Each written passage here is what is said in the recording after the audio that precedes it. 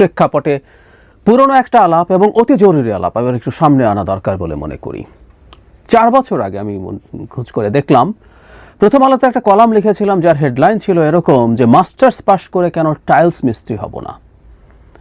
এটা একটা ব্যাকগ্রাউন্ড আছে। ব্যাকগ্রাউন্ডটা হচ্ছে প্রথম আলোতে একটা রিপোর্ট হয়েছিল যে বিভিন্ন রকম শ্রমিকদের, কর্মীদের ন্যূনতম মজুরি সরকার ঠিক করেছে। এর মধ্যে একজন টাইলস মিস্ত্রির দৈনিক ন্যূনতম মজুরি ছিল 1100 সামথিং টাকা।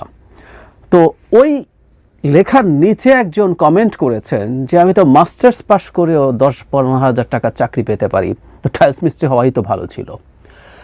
এই মন্তব্যটার সূত্র ধরে কলামটা লেখা, এবং আসলে মূল আর্গুমেন্ট যেটা ছিল সেটা কেউ কেউ বলেন কিন্তু খুব সিরিয়াসলি কেউ বলতে চান না, কারণ এটা অজনপ্রিয় হওয়ার মতো একটা কথা, তাই বলেন না। সেটা হচ্ছে আমরা কেন অহেতুক এত ভার্সিটি বানাচ্ছি, এত গ্র্যাজুয়েট এবং মাস্টার্স তৈরি করছি। আমরা খেয়াল করি, আগে একটু ইঞ্জিনিয়ারদের কথায় আসি, যে আমাদের ইঞ্জিনিয়াররা, গ্র্যাজুয়েট ইঞ্জিনিয়াররা চাকরি পাচ্ছেন না। আমাদের দেশে কতজন গ্র্যাজুয়েট ইঞ্জিনিয়ারের চাকরির সুযোগ আছে আমাদের কি হিসাব আছে?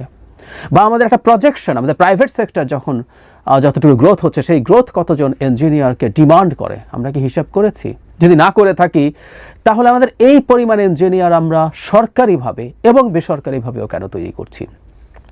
আমাদের প্রকৌশল বিশ্ববিদ্যালয়গুলো আছে, আমাদের বিজ্ঞান প্রযুক্তি বিশ্ববিদ্যালয়গুলোতেও প্রচুর ইঞ্জিনিয়ার এখন সরকারিভাবেই তৈরি হচ্ছে, বেসরকারি বিশ্ববিদ্যালয়গুলোতেও প্রচুর ইঞ্জিনিয়ার তৈরি হচ্ছে। এবং আমি চোখ বন্ধ করে বলে দিতে পারি আমাদের ডিমান্ড যা আছে তার তুলনায় অনেক অনেক বেশি গ্র্যাজুয়েট ইঞ্জিনিয়ার তৈরি হচ্ছে।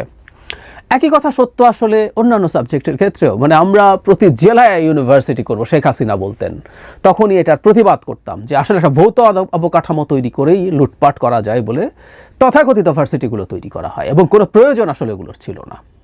আমাদের এমন সব বিষয়, এমন সংখ্যক গ্র্যাজুয়েট মাস্টার্স আমরা তৈরি করি যেগুলোর এই বাজারে কোনো ভ্যালিউ নেই। কেউ কেউ বলবেন যে শিক্ষা কি শুধু বাজারে বিক্রির জন্য? উত্তর হচ্ছে মোটা দাগে প্রাথমিকভাবে তাই। শিক্ষার একমাত্র উদ্দেশ্য এটা না, কিন্তু শিক্ষা যদি দক্ষতা তৈরি করা হয়, প্রধান উদ্দেশ্য আমাদের একটা গরিব দেশ যে উন্নত হয়ে উঠতে চায়, যে কর্মসংস্থান চায়, আমাদের মধ্যবিত্ত মানে অতি ধনী ছাড়া উচ্চ মধ্যবিত্ত থেকে নিচ পর্যন্ত সবার শিক্ষার প্রধান উদ্দেশ্য হচ্ছে একটা পেশা খুঁজে পাওয়া, একটা কাজ খুঁজে পাওয়া, সেটার মাধ্যমে জীবিকা অর্জন করা।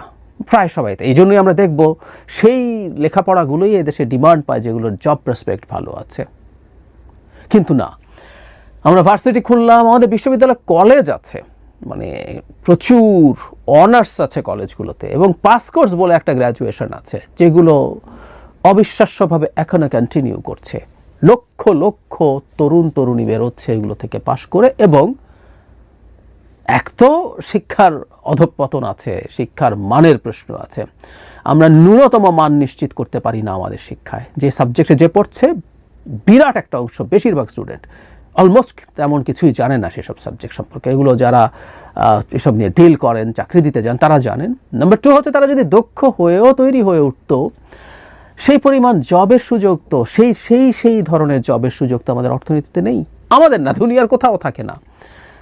আর সেই কলামটাতে আমি ধরে ধরে দেখিয়েছিলাম উন্নত দেশগুলো, OECD কান্ট্রিগুলোতে কী পরিমাণ কর্মমুখী শিক্ষা, ওখানে আমাদের লেভেলের এসএসসি বা এইচএসসির পরে কীভাবে বিভিন্ন কর্মমুখী শিক্ষার ক্ষেত্রে প্রত্যেককে নিয়ে যাওয়া হয়, এবং কত পার্সেন্ট, খুবই অল্প পার্সেন্ট, মানে এটা 60-65 থেকে 70% পর্যন্ত আছে যারা এই মানে রেগুলার যে গ্র্যাজুয়েশন মাস্টার সেই শিক্ষার মধ্যে যায় না। তার আগেই তারা কোনো না কোনো একটা কর্মমুখী শিক্ষায় শিক্ষিত হয়ে ট্রেনিং নিয়ে তারা তাদের বৃত্তি, তাদের কাজ ঠিক করে ফেলেন। আর আমরা ধরে ধরে BA-MA পাস বানাচ্ছি এবং বেকার তৈরি করছি, যারা শেষ পর্যন্ত আর কিছু না করে, তারা জানে তারা এমপ্লয়েবল না, তাদেরকে চাকরি দিতে চাইলেও দিতে পারবে না, সেই দক্ষতা নাই। এক তো সেই সাবজেক্ট না হলে পারবেনই না, আর সেই সাবজেক্ট হলে সেই দক্ষতা নাই। তারপর তারা করছেন কি? BCS পড়ছেন। জীবনের বিরাট একটা অংশ সময়, এমনকি আন্ডার গ্র্যাজুয়েট পড়ার সময় থেকে শুরু করে যতদিন বয়স থাকে BCS, কারণ ওই একটা চাকরি তার পাওয়ার সুযোগ আছে, কারণ ওখানে এমন কিছু জিনিস আছে যেগুলোর জন্য আসলে তেমন কোনো গুরুত্বপূর্ণ মেধার প্রয়োজন হয় না। অনেকে খুব বলে যে কোটা না মেধার স্বাক্ষর করে BCS-এ গেছে। না, সরি, BCS-এর যে ভর্তি পরীক্ষার প্যাটার্ন, টাইপ, ওটার যে প্রশ্নের ধরন, ওটা আসলে ঠিক মেধা যাচাই করে বলে আমি বিশ্বাস করি না। কেউ আর্গুমেন্ট করতে পারেন। তো ওই একটা জায়গাতেই মেধাহীন মানুষ বা কম মেধার মানুষও চাকরি পেতে পারেন বলে ওটার জন্য বসে থাকেন এবং আমাদের যুব সমাজের জীবনের 10 বছরের মতো সময় জাস্ট নষ্ট করা হয়। কারণ বিশেষ শেষ পর্যন্ত কতজনই বা পাবেন। আবার যেটা হয়, এই ধরনের পড়াশোনা করা মানুষ শেষ পর্যন্ত ওই যে টাইলস মিস্ত্রি, কেউ যদি মনে করেন যে টাইলস মিস্ত্রি হওয়াই ভালো, 15,000 টাকা চাকরি চেয়ে 30,000 টাকা দিয়ে আমি শুরু করতে পারবো বা অন্য কিছু, সেটাও তারা করে উঠতে পারেন না। কারণ তারা মনে করেন যে তাদের একটা চেয়ার টেবিলের চাকরি লাগবে। যদিও পৃথিবীর সবগুলো চাকরি সৎ যদি হয়ে থাকে, সেটা যদি আমাকে উপার্জন দেয়, বেটার উপার্জন দেয়, সেটাই সই হওয়া উচিত। বটম লাইন, আমি আসলে জানি না যে পরিমাণ সংকট তৈরি হয়েছে বছরের পর বছর, এবং শেখ হাসিনার সময় এটা অতিমাত্রায় বেড়েছে। অসংখ্য ইউনিভার্সিটি, অসংখ্য গ্র্যাজুয়েটস, এটার সমাধান কিভাবে হবে? একটা সামাজিক আন্দোলনের মতো প্রয়োজন হবে যে এদের আসলে চাকরি হবে না, এরা কোনো না কোনো দক্ষতা অর্জন করার মতো কোনো ট্রেনিংয়ে যাবে এবং সেগুলোকে সম্মানজনকভাবে দেখতে হবে। আমি প্রায় বলি কথাটা যে আমাদের সবচেয়ে বড় ধ্বংস শেখ হাসিনা অনেকগুলোর মধ্যে একটা করে গেছে, সেটা হলো ডেমোগ্রাফিক ডিভিডেন্ড। যখন আমাদের সক্ষম জনগোষ্ঠীর অনুপাত অনেক বেশি থাকে, সেই সময়টাই তরুণদেরকে এইরকম অদক্ষ করে তথাকথিত কতগুলো ডিগ্রি দিয়ে, দক্ষতা ছাড়া, এমনকি ওই ডিগ্রির কোয়ালিফিকেশনও ন্যূনতম যতটুকু লাগে সেটা ছাড়া তাদেরকে ডিগ্রি দিয়ে সমাজের বোঝা বানিয়ে ফেলেছে।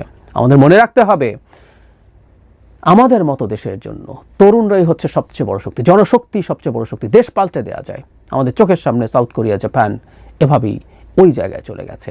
কিন্তু এই তরুণদেরকে যদি জনশক্তিতে পরিণত না করা যায়, তারা নিউট্রালও না, তারা লায়াবিলিটিতে পরিণত হয়, দায়ে পরিণত হয়, তারা সমাজে নানা রকম অস্থিরতা এবং সংকট তৈরি করে। এবং আমরা